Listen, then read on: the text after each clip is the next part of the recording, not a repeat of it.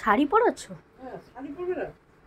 রামচন্দ্র এখন বড় হয়ে গেছে, শাড়িটাকে পরতে হবে।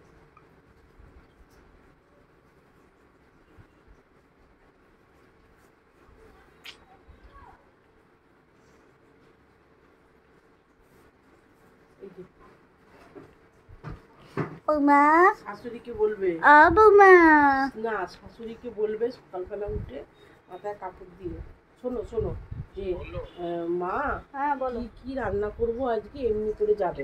প্রথমে নমস্কার করবে, প্রথমে নমস্কার করবে, আমাদেরকে শোনো, নমস্কার করে বলে মা আজকে কি রান্না করব, ঠিক আছে? এমনি করে বসে পড়লে হবে না, মা কি রান্না করব, কি জল খাবার হবে, এগুলো বলতে হবে।